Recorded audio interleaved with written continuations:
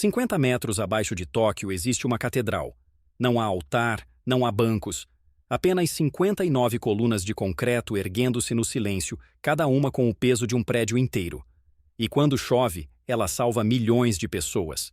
Você está olhando para o maior sistema de controle de enchentes subterrâneo do mundo. Um projeto que custou 2 bilhões de dólares, que levou 14 anos para ser concluído, e que a maioria das pessoas nem sabe que existe. Mas aqui está o que ninguém te conta. Este lugar não deveria funcionar.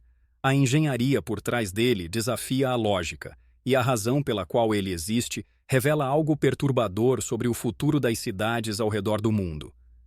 Por que Tóquio precisou disso para sobreviver?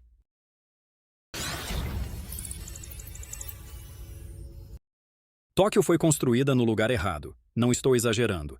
A cidade inteira está sobre uma planície de inundação. Metade dos bairros fica abaixo do nível do mar. É literalmente uma banheira gigante esperando para transbordar. E o pior, ela sempre soube disso. Os primeiros registros de enchentes na região datam do século XVII. Durante centenas de anos, a água invadia as ruas, destruía casas, levava vidas. Era cíclico, previsível, inevitável. Mas por que construir uma mega-cidade em um lugar assim? Simples. Geografia é destino. Tóquio está em uma localização estratégica, cercada por rios que facilitavam comércio e transporte. Era perfeita para crescer, exceto por um pequeno detalhe. Esses mesmos rios se tornaram uma ameaça mortal.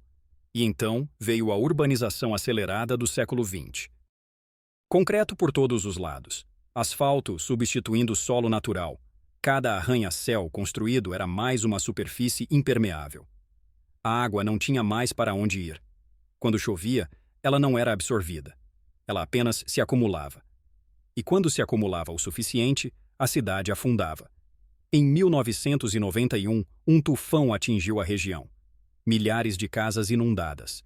Bilhões de ienes em prejuízo. Pessoas perdendo tudo da noite para o dia. Foi o ponto de ruptura, porque depois daquele desastre, o governo japonês entendeu algo fundamental. Não dá para vencer a natureza. Não com muros, não com drenos convencionais. Você precisa de algo radical, algo que nunca foi tentado antes. A ideia era simples e completamente insana. E se, em vez de impedir a água de chegar, a gente a engolisse? E se criássemos uma cidade dentro da cidade? Um sistema subterrâneo tão grande que pudesse armazenar um oceano inteiro de água de chuva? Foi assim que nasceu o Metropolitan Area Outer Underground Discharge Channel.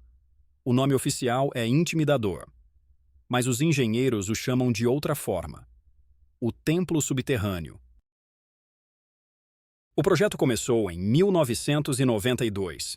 Não era apenas um túnel, era uma rede inteira de túneis, silos, reservatórios e bombas trabalhando como um organismo vivo.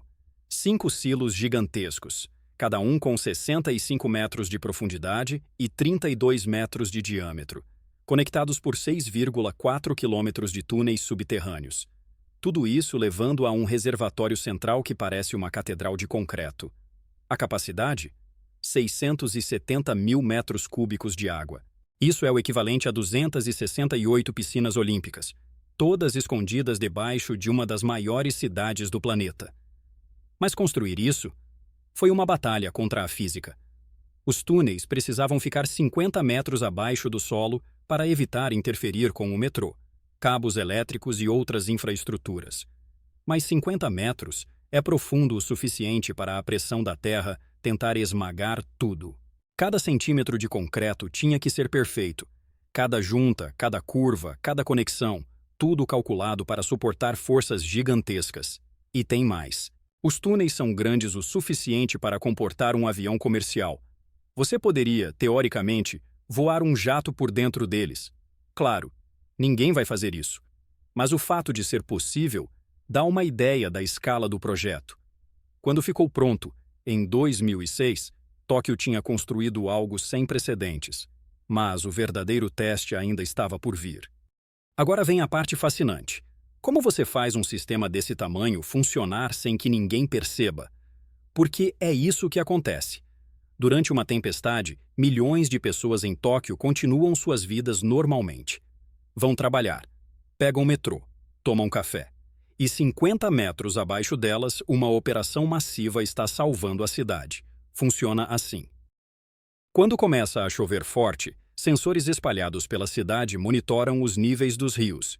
Assim que a água atinge um ponto crítico, comportas automáticas se abrem. Rios que estariam prestes a transbordar começam a despejar água direto para os silos. A água cai 65 metros em queda livre, como uma cachoeira industrial. O som é ensurdecedor. Ela então entra nos túneis. Corre por quilômetros de passagens subterrâneas e finalmente chega ao coração do sistema, o reservatório central. É aqui que a mágica acontece. O reservatório é uma câmara gigante sustentada por 59 colunas de concreto.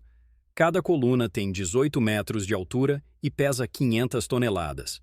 Elas precisam ser tão fortes porque a pressão da água ali dentro é brutal. Imagine milhões de litros de água sendo despejados de uma vez. A força é suficiente para destruir qualquer estrutura comum. Mas essas colunas foram feitas para aguentar. E quando a tempestade passa, é hora de devolver a água. 4 turbinas gigantes entram em ação. Cada uma pesa 14 toneladas. Juntas, elas conseguem bombear 200 toneladas de água por segundo. Pense nisso. 200 toneladas por segundo. É o equivalente a esvaziar uma piscina olímpica em 3 segundos. A água é bombeada para o rio Edogawa, que está preparado para receber esse volume. Tudo de forma controlada, sem inundações, sem caos. A cidade respira, e ninguém percebe. Mas o sistema não é perfeito, e é aí que as coisas ficam interessantes. Vamos falar de dinheiro. O custo inicial foi de 230 bilhões de ienes, cerca de 2 bilhões de dólares. Isso foi só para construir. Agora some a manutenção anual, a energia necessária para operar as turbinas. Os salários das equipes que monitoram o sistema 24 horas por dia é caro, muito caro. E tem gente que questiona, vale a pena? A resposta é complicada, porque sim, o sistema reduziu os danos causados por enchentes em 90%. Isso salvou bilhões de ienes em reconstrução. Salvou vidas, mas há um custo invisível. A energia necessária para bombear toda aquela água vem de usinas elétricas. Muitas delas ainda queimam combustíveis fósseis. Então você está combatendo um desastre ambiental. As enchentes, potencialmente agravando outro. As mudanças climáticas. É irônico e incômodo. E tem outra questão. O que acontece com a água? Água de enchente não é limpa. Ela carrega lixo, esgoto, produtos químicos. Tudo isso é despejado no rio Edogawa. Claro, há sistemas de filtragem, mas ambientalistas se perguntam se é suficiente.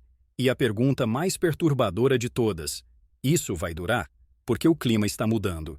As tempestades estão ficando mais fortes, mais frequentes, mais imprevisíveis. O sistema foi projetado para as condições de 1992. Mas e se 2030, 2040, 2050 forem completamente diferentes? E se as chuvas superarem a capacidade de 670 mil metros cúbicos? Ninguém sabe. Os engenheiros japoneses estão trabalhando em expansões, integrando inteligência artificial para prever tempestades com mais precisão, estudando o uso de energia renovável. Mas a verdade é que Tóquio está em uma corrida contra o tempo. E não está sozinha. Outubro de 2024. Furacão Milton atinge a Flórida com força devastadora. Chuvas recordes. Mais de 45 centímetros de água em algumas áreas. O rio Hillsborough ultrapassa todos os recordes históricos. Mais de 1.000 resgates aquáticos. Cidades inteiras debaixo d'água. E você olha para aquilo e pensa: e se tivessem construído túneis? Porque a tecnologia existe. Tóquio provou que funciona. Então, por que Miami, Tampa, Nova Orleans não têm seus próprios sistemas subterrâneos? A resposta é sempre a mesma. Dinheiro. 2 bilhões de dólares é muito. Mas sabe o que também é muito? O custo de reconstruir uma cidade depois de um furacão, vez após vez, ano após ano. E não é só a Flórida. Veneza afunda um pouco mais a cada década. As águas sobem. As enchentes ficam piores. E apesar de todas as barreiras flutuantes, a cidade está perdendo a batalha. Bangladesh enfrenta inundações monstruosas todos os anos durante as monções. Milhões de pessoas deslocadas, plantações destruídas, economias arrasadas. A Holanda, pioneira em controle de enchentes com seus diques e comportas, está considerando sistemas subterrâneos como o de Tóquio para complementar sua infraestrutura. Porque aqui está a verdade desconfortável. As soluções antigas não funcionam mais. O mundo mudou. O clima mudou. E as cidades que não se adaptarem vão pagar um preço alto. Tóquio entendeu isso 30 anos atrás. E agora está colhendo os frutos. Mas e o resto do mundo? Hoje turistas visitam o templo subterrâneo quando ele não está operando. Eles andam entre as colunas gigantes, tiram fotos, saem impressionados com a grandiosidade do lugar. Mas poucos entendem o que estão realmente vendo. Não é só concreto, não é só engenharia. É o que acontece quando uma cidade decide parar de lutar contra a água e começa a ouvi-la. Enquanto isso, em outras partes do mundo, cidades continuam afundando. Ruas virando rios, vidas sendo interrompidas por algo que já sabemos como prevenir. A pergunta não é mais, isso é possível? A pergunta é, por que ainda não fizemos? Tóquio provou que dá para viver em uma banheira sem se afogar. Agora cabe ao resto do mundo decidir se vai prestar atenção, ou esperar a próxima enchente chegar. Se isso mudou a forma como você olha para a engenharia, deixa o like. Ajuda esse tipo de conteúdo a chegar em quem precisa ver. E se você quer ver mais projetos insanos que estão moldando o futuro das cidades, se inscreve no canal, porque isso é só o começo.